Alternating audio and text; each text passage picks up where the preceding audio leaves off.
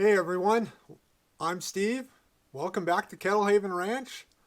Today is an exciting day for me here at the ranch.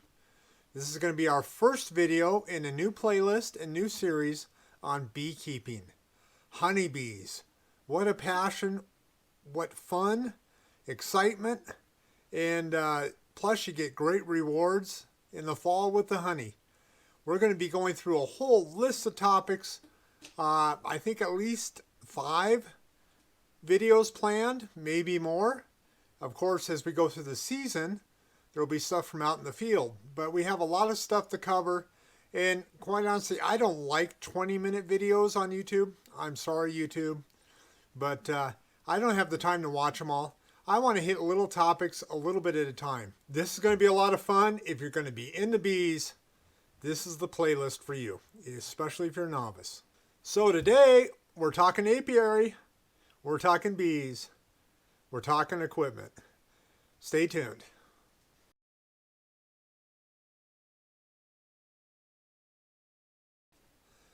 The very first advice I can give the new beekeeper is look up a local beekeeping club or local beekeeper that you can volunteer with, assist with, and learn the ropes. Absolutely, hands down, the best source of information that you'll get on your bees in your local area. That's number 1. Number 2, you have the internet. Internet is full of great stuff. I'll have links below in the description on some of the websites that I highly recommend, some of the resources out there. Also, my gosh, YouTube. You're watching this YouTube channel for a reason. Well, there are channels out there specifically dedicated to beekeeping. The one that comes to mind right off the bat, which I have spent hours and hours watching, is the National Honey Show. This is out of the UK. Every year, they have a full lineup of seminars and beekeepers. Amazing amount of information there. And we'll be referencing those videos in the future because, like I said, these people are the wealth of information there. So everyone can get something from the National Honey Show. And that is important, from the beginning beekeeper to the expert with thousands of hives. They can all pick up something from there. Additionally, here in North America, there are a lot of great beekeepers, what I would say north of the line, because I'm in the States. Up in Canada, that they have to fight certain conditions, climate, weather conditions. It's amazing how they tackle that. And then further south, we get down into the deep south, and they're dealing with a whole nother set of environmental and pests and everything else. We'll be looking at all of that, and the National Honey Show covers a lot of that too. Of course, the whole web's full of it. Another thing I'd like to point out, before you dive into your beekeeping experience, check with your local regulations. I was very surprised to learn here in Washington State, where I'm located, that we have a tax per hive. Well, it's a graduated tax. It's like 1 to 10, and then 1 to or 10 to 100, etc., etc. But still a state tax, and you have to have a registration number for your hives.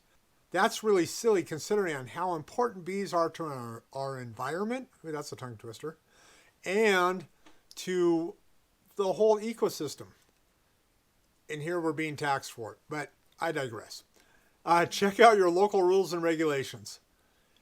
Your local extension office here in the States, extensions offices in every county, go ahead and check out with them. They'll have a lot of information for you. Of course, just a Google search for your state, your location, will provide probably the best, most up-to-date information. All right, there are some neat things, because everyone likes to spend money, right? That you should look at for your own personal items, especially if you're going to go over and help a local beekeeper. Boy, if you show up with a veil, if you show up with some gloves, Maybe the tool won't be as important, or a brush, because beekeepers are very careful about what's brought into their apiary from outside of their area and their control.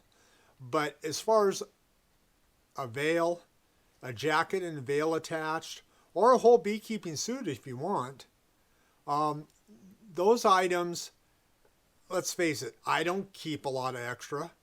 I have a friend that comes out, a family friend here at the ranch, and she helps with the bees, and luckily she fits into one of the old suits that I have, so that's okay, but she'll be getting a new one here soon, I'm sure.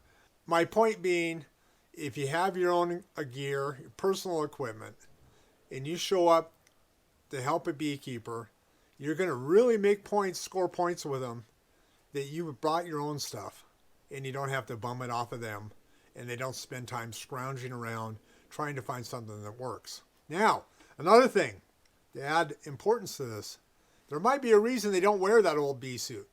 There might be a rip in it that's patched up with duct tape or something like that. You don't want to find that out your first time opening up a hive because that's not fun. So I like just the jacket with the attached veil and hood. That's the way to go. And I wear gloves because, yes, I get stung. Pants, as long as you're wearing jeans, denim, something other than a real thin, light summer pant, the bees can't sting through it. They may try, but they won't get through. Make sure you have a tight seal around your boots. I've never had a problem. I just wear straight leg jeans. They never come up underneath the boot. So that isn't as much of an importance. Something to consider though. Okay, our next episode, I'll be breaking out the different boxes, the different hive boxes we use, the different frames you're going to need, the basics for getting started. Let's put it that way. We'll be looking at bases, boxes, nukes versus hive bodies versus deep versus mediums.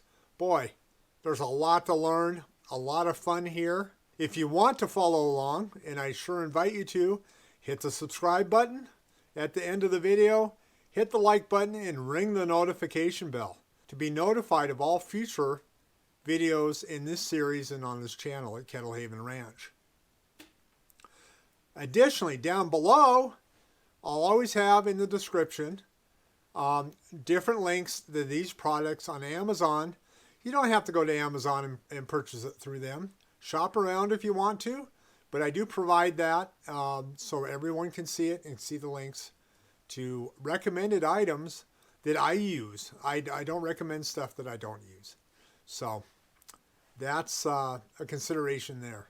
Thank you for joining me on this first video in this playlist where we'll be visiting the apiary and we're getting set up and ready to rock and roll. Take care.